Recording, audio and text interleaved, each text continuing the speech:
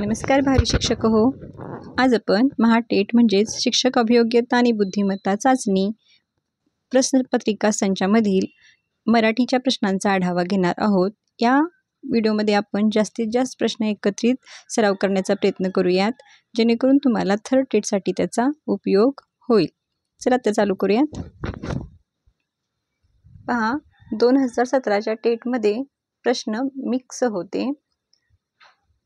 तर 3 नंबरला आलेला बघा प्रश्न मराठीचा. अखंड या शब्दाचा समानार्थी शब्द कोणता? अखंड म्हणजे सलग. अखंड म्हणजे सलग. पर्याय क्रमांक सी याचे काय आहे? योग्य उत्तर आहे. त्यानंतर पहा, बुलबुल आपलं घरटं कुठे बनविते? कुंपण, झुडपे, दोन्हीही कुंपण आणि झुडपे. तर पर्याय क्रमांक सी ह्याचे योग्य उत्तर आहे. कुठं? कुंपण आणि झुडपे या ठिकाणी बुलबुल आपले घरटे बनविते. त्यानंतर पहा, 25 नंबरला मराठीचा प्रश्न आला होता. खालीलपैकी शुद्ध शब्द कोणता? तर पर्याय क्रमांक सी गुरु हा काय आहे? योग्य शब्द आहे. ग ला पहिला उकार आणि र ला दुसरा हा शुद्ध शब्द आहे. पर्याय क्रमांक सी. नेक्स्ट पहा, खालीलपैकी अशुद्ध शब्द कोणता? गृह, गृहकलय, गृहस्थ, गृहिणी. डायरेक्ट उत्तर सांगते. पर्याय क्रमांक डी गृहिणी, कारण इथं काय हवं होतं? बाण. नेक्स्ट पहा, कल्याण या शब्दाचा समानार्थी शब्द कोणता? तर पर्याय क्रमांक सी हित. कल्याण म्हणजे हित. पर्याय क्रमांक सी. तर पुढेच पहा, 74 नंबरला जिथे आकाश जमिनीला टेकले दिसते ती जागा म्हणजे क्षितिज. पर्याय क्रमांक डी. पुढील म्हण पूर्ण करा. अति देते माती. पर्याय क्रमांक ए. खालीलपैकी अशुद्ध वाक्य कोणते? तो हजार झाला. पर्याय क्रमांक ए. अंग काढून घेणे या वाक्यप्रचाराचा अर्थ काय? तर जबाबदारी टाळणे. पर्याय क्रमांक बी. नयन या शब्दाची संधी सोडवा. तर पहा, मी या प्रश्नपत्रिकावरून सविस्तर व्हिडिओ मागे बनवून अपलोड केलेले आहेत. ते तुम्ही जर तुम्हाला सविस्तर माहिती पाहिजे असेल तर ते सुद्धा तुम्ही पाहू शकता, किंवा एकत्रित तुम्हाला प्रश्न पाहिजे असेल तर तुम्ही या व्हिडिओतून ते कलेक्ट करू शकता. तर पहा, संधी कशी होणार? ने अधिक अन. पर्याय क्रमांक बी. हितवादी या शब्दाचा विरुद्धार्थी शब्द कोणता? दुष्ट, हितचिंतक, हितेच्छू, हितेशी. तर हितवादीचा विरुद्धार्थी काय होणार? दुष्ट. पर्याय क्रमांक ए. खालीलपैकी पुल्लिंगी शब्द कोणता? तो, मुलगा. ज्या ठिकाणी तो ह्या सर्वनाम लागले ते काय असतो? पुल्लिंगी पुल्लिंगी शब्द असतो. म्हणून तर ना पर्याय क्रमांक ए. नंतर पर्याय क्रमांक बी बघा, स्त्रीलिंग आहे. कारण ती मुलगी, त्या मुली, ते मूल. पर्याय क्रमांक ए हे आपले योग्य उत्तर आहे. अशा प्रकारे आपण प्रश्नपत्रिका क्रमांक 1 मधील प्रश्न पाहिले. तर पाहूया प्रश्नपत्रिका क्रमांक 2 मधील प्रश्न.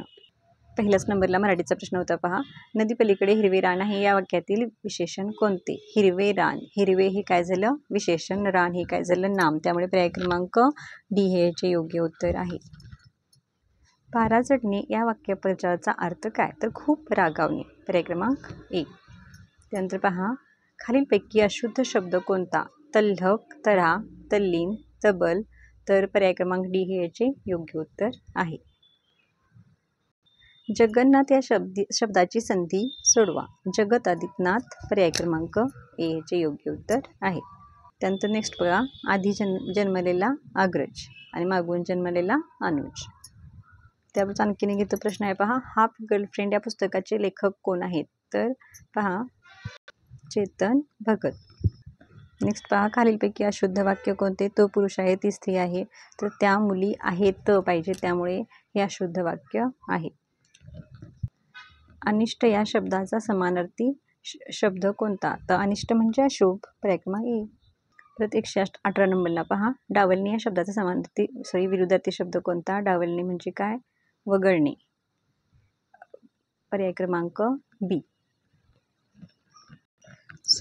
विरुद्धार्थी म्हटलेत बघा. दुर्लक्षणे, वगळणे, डच्चू देणे हे समानार्थी झाले आणि सामावणे हा काय झाला? विरुद्धार्थी झालेला आहे.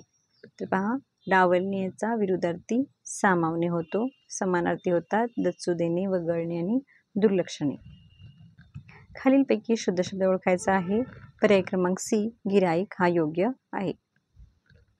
नामांकित या शब्दाचा विरुद्धार्थी शब्द कोणता? नामांकित म्हणजे प्रसिद्ध, विख्यात, नावाजलेला आणि विरुद्धार्थी काय होणार? कुख्यात. पर्याय क्रमांक ए. पुढील जोडशब्द पूर्ण करा. दाना, पाणी. पर्याय क्रमांक सी. म्हण पूर्ण करा. उथळ पाण्याला खळखळाट फार. पर्याय क्रमांक सी. अशा प्रकारे आपण दुसरी क्वेश्चन पेपर सुद्धा कव्हर केलेली आहे. आता पाहूया तिसरी क्वेश्चन पेपर. चला, यातील पहिलाच प्रश्न मराठीचा आहे. खालीलपैकी अशुद्ध वाक्य कोणते? बघा, त्याला बाबांचं दुःख पाहवत नव्हतं. त्याने कुठेही मोलमजुरी करून मजुरीचे काम केले असते. बाबांची अवस्था वाईट झाली होती. ते नेहमीच मला सात्वन करीत असतो. इथे चुकलेला आहे पहा. तो नेहमी मला सात्वन करीत असतो. तो इथं असं असायला पाहिजे होतं की तो नेहमी माझी सात्वन करीत असतो. पुढे बघा, लयलूट या शब्दाचा समानार्थी शब्द कोणता? लयलूट. बघा, लयलूट म्हणजे लुटलेले. पर्याय क्रमांक सी. संयुक्तिक या शब्दाचा विरुद्धार्थी शब्द कोणता? योग्य, अयोग्य. काय आणखीन पर्याय आहेत पाहायचं.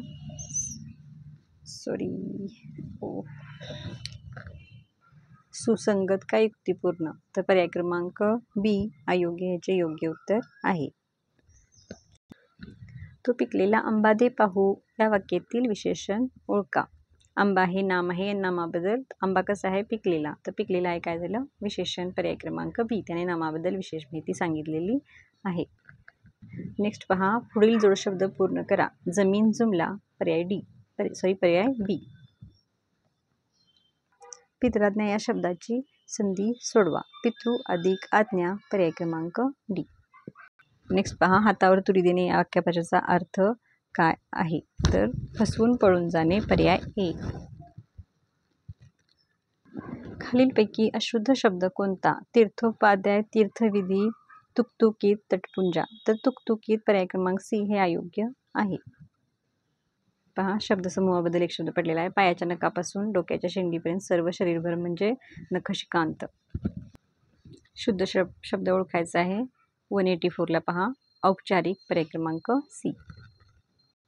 अशा प्रकारे प्रश्नपत्रिका क्रमांक 3 पण कंप्लीट झालेली आहे. आता पाहूया आपण प्रश्नपत्रिका क्रमांक 4 मधील मराठी विभाग. पहा, पहिला प्रश्न मराठीचा कुठं आलेला आहे? एक मिनिट, इकडे आलेला आहे पहा. संधी आलेली आहे. हां, एक एक या शब्दाची संधी सोडवा. तर काय होणार? एक एक. पर्याय क्रमांक डी. 31. उपेक्षा या शब्दाचा समानार्थी शब्द कोणता? कळकळ, अव्हेर, आस्था, आशा करणे. तर पहा, उत्तरेचं पर्याय क्रमांक बी दिलेला आहे, अव्हेर.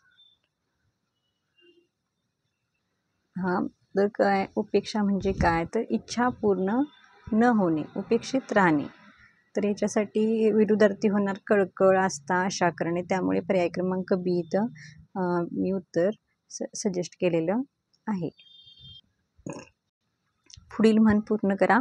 गाढवाला गुळाची चव. काय? पर्याय सी. त्याने वाहती नदी पोहून पार केली या वाक्यातील विशेषण ओळखा. तर पहा, 2017च्या क्वेश्चन पेपरमधून प्रत्येक प्रश्नपत्रिकेमध्ये विशेषणावर प्रश्न आलेलाच आहे. वाहती नदी. नदी कशी आहे? वाहती. म्हणजे नदीविषयी त्याने वाहती या शब्दाने विशेष माहिती सांगितलेली आहे, म्हणून वाहती हे विशेषण आहे. पर्याय ए.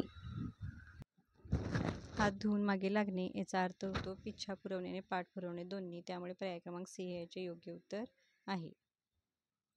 अनटचेबल ही कादंबरी कोणी लिहिली? आणि याचं उत्तर आहे मुल्कराज आनंद. खालीलपैकी शुद्ध शब्द कोणता? जबाबदारी. पर्याय क्रमांक डी. अशा प्रकारे आपण आज 1 ते 4 प्रश्नपत्रिकेमध्ये मराठी विभाग पाहिला आहे. याच्या दुसऱ्या भागात आपण 5 पासून 10 प्रश्नपत्रिकेपर्यंतच्या मराठी विभाग पाहणार आहोत. व्हिडिओ आवडला तर लाईक करा, तुमच्या मित्रमैत्रिणींना शेअर करा आणि चॅनलला जर नवीन असाल तर चॅनलला सबस्क्राईब करून घ्या. थँक्यू.